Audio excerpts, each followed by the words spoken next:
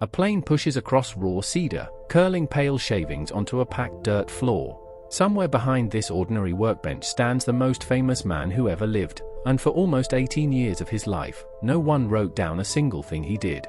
The Gospels give us a boy of 12 in the Jerusalem temple, asking questions that stunned the scholars there. Then the page turns, and he does not appear again until he is a grown man of 30, stepping into a river to be baptized. 18 years.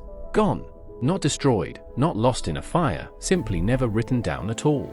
The account in Luke's Gospel is precise about the moment it starts.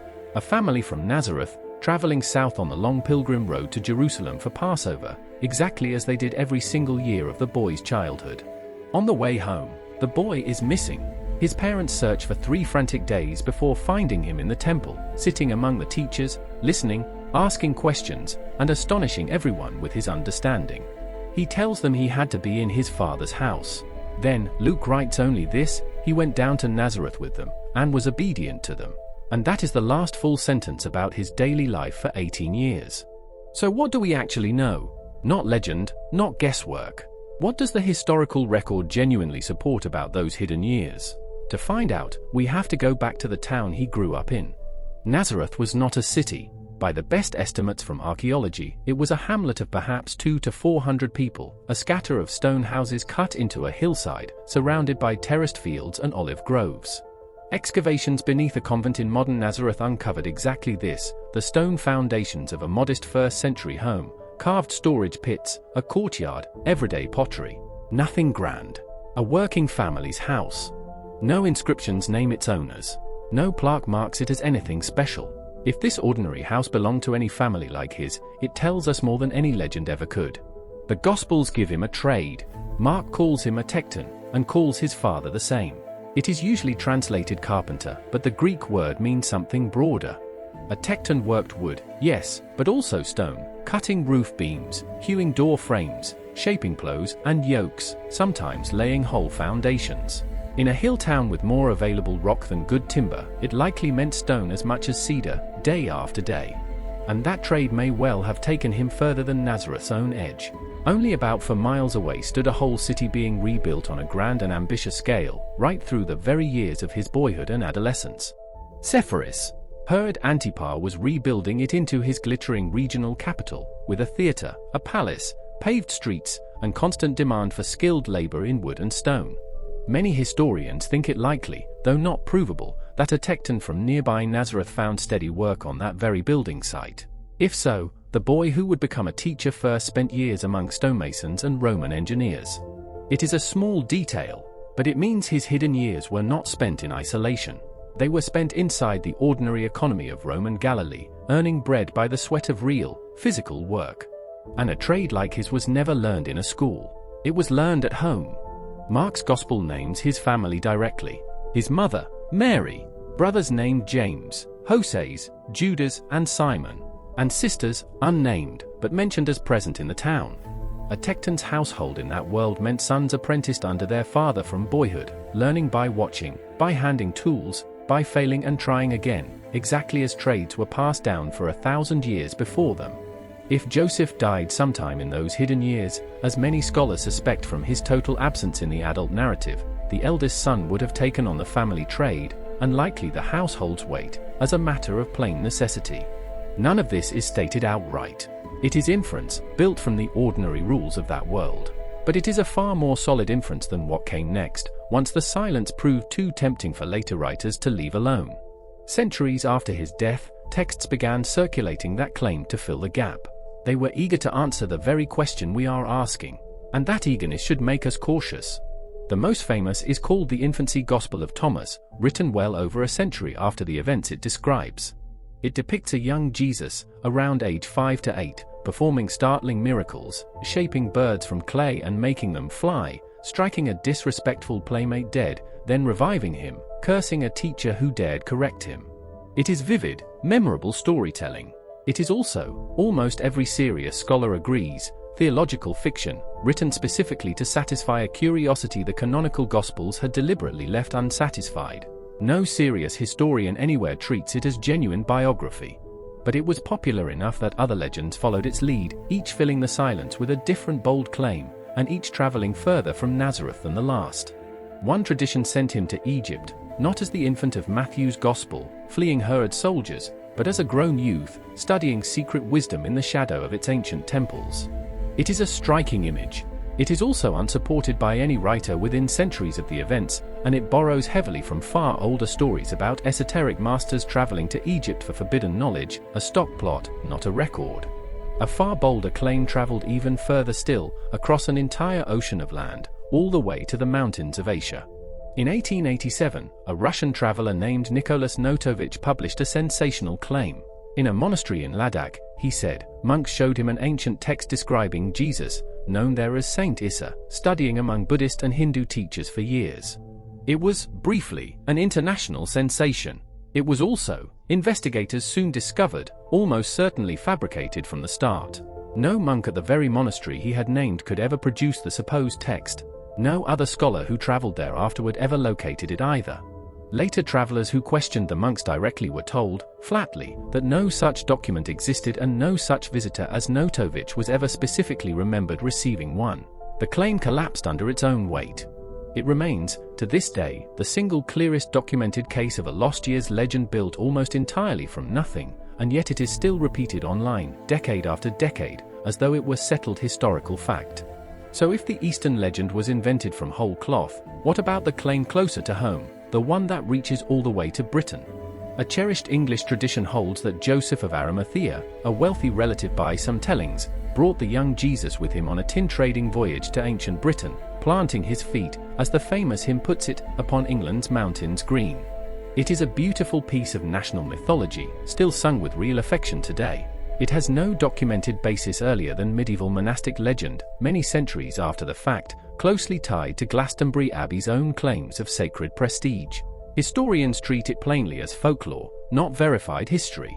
Egypt, Asia, Britain. 3 different continents, 3 different legends, each built by a different culture eager to claim a piece of the missing years for itself. What they share is a simple, telling flaw. Not one of them appears in any writing from within a century of the events they describe. Every one surfaces centuries later, in a different place, serving a different agenda. That is not how real historical memory usually behaves, passed down carefully within living generations. It is how legend behaves instead, filling an unbearable silence with whatever story people most want to hear. So we set the legends aside. What remains is smaller, quieter, and far more solid, the actual world he grew up in, which archaeology and history can describe with real confidence. That world revolved, above all, around the synagogue and the Sabbath. A village the size of Nazareth would have gathered weekly to hear the Torah read aloud and discussed, since most people could not read it themselves.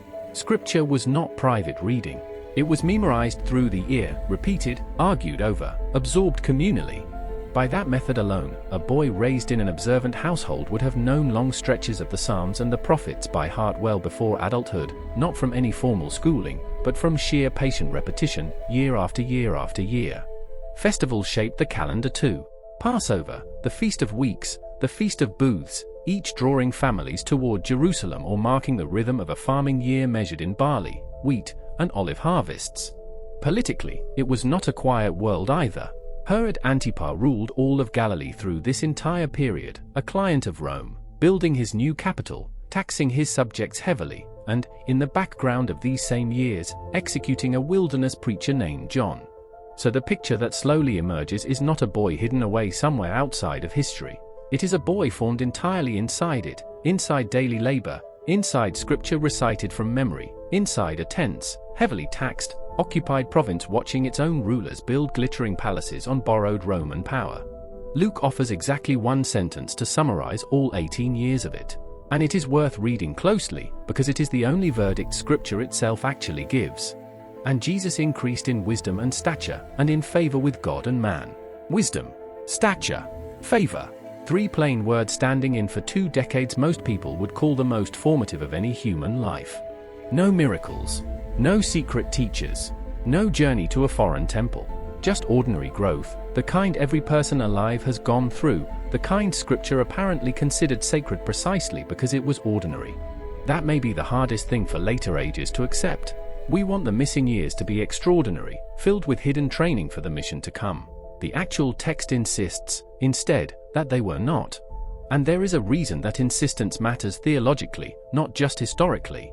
Christian tradition has long read those hidden years as proof of a fully and completely human life, not a divine being merely wearing the outward appearance of growing up, but an actual childhood, an actual adolescence, an actual trade patiently learned by actual calloused, working hands. If the years were unremarkable, that is not a gap in the story. Within that reading, it is the point of the story, holiness hidden inside an entirely ordinary life, not set apart from it. That reading does not resolve the historian's question. It reframes it. And it is worth returning, one more time, to what we can actually verify with confidence, rather than what tradition later wished were true. We know the town, small, poor, terraced into a hillside, unremarkable enough that one early skeptic in John's Gospel asks outright whether anything good could ever come from a place like it. We know the trade, a tekton, working wood and stone, likely within reach of Sepphoris's booming construction, learning under his father exactly as sons had learned for 1,000 years before Rome ever arrived in Galilee. We know the household, a mother, for named brothers, unnamed sisters, and a father who likely died sometime in this stretch, leaving practical responsibility to fall to the eldest son. We know the faith, scripture memorized by ear, festivals marking every season, a synagogue at the center of communal life, and a fierce, singular devotion to the God of Israel running through everything. We know the politics too, a heavily occupied and taxed province, a client king building glittering monuments to his own vanity, and a simmering, restless unrest that would, within roughly a generation, erupt into open, catastrophic war with Rome itself. And we know, with total certainty, that whatever those years actually held, they ended the same way, with a grown man walking to a river to be baptized by his cousin, and stepping, at last, back into recorded history. So here is the honest answer to the question this whole film has been asking. What filled those 18 years? Not clay birds brought to life. Not secret temples in Egypt. Not a monastery in the Himalayas, a text no one has ever produced. Not a voyage to Britain's green hills, a legend born 1,000 years after the fact. What filled them, as far as any honest historian can actually say, was work. Wood shavings and fine stone dust. A trade patiently learned at a father's elbow, year upon year. A mother, brothers, sisters, a small house built into a hillside. Scripture recited from memory in a small stone synagogue. Festivals kept. Taxes paid to a king building his own glittering city just 4 miles away. An entirely unremarkable life, in an entirely real place. And that, in the end, is what the long silence was actually protecting all along. Not a secret.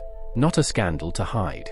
Just an entirely ordinary life, considered too sacred in its very ordinariness to need any embellishing at all. Every later century found that unbearable. Every century wanted more miracles, secret masters, journeys to distant lands. And every single time those additions were tested against real evidence, they came apart.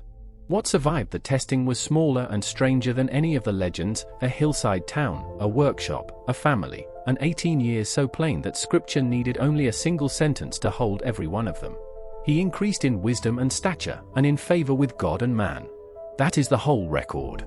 And perhaps that is exactly the point. The years that shaped him were not the ones spent apart from ordinary life, but the ones spent entirely inside it. The plane still rests where it was set down. The shavings still curl on the floor. And the 18 silent years remain exactly what they always were, not a mystery to be solved, but an ordinary life, kept sacred by its very silence.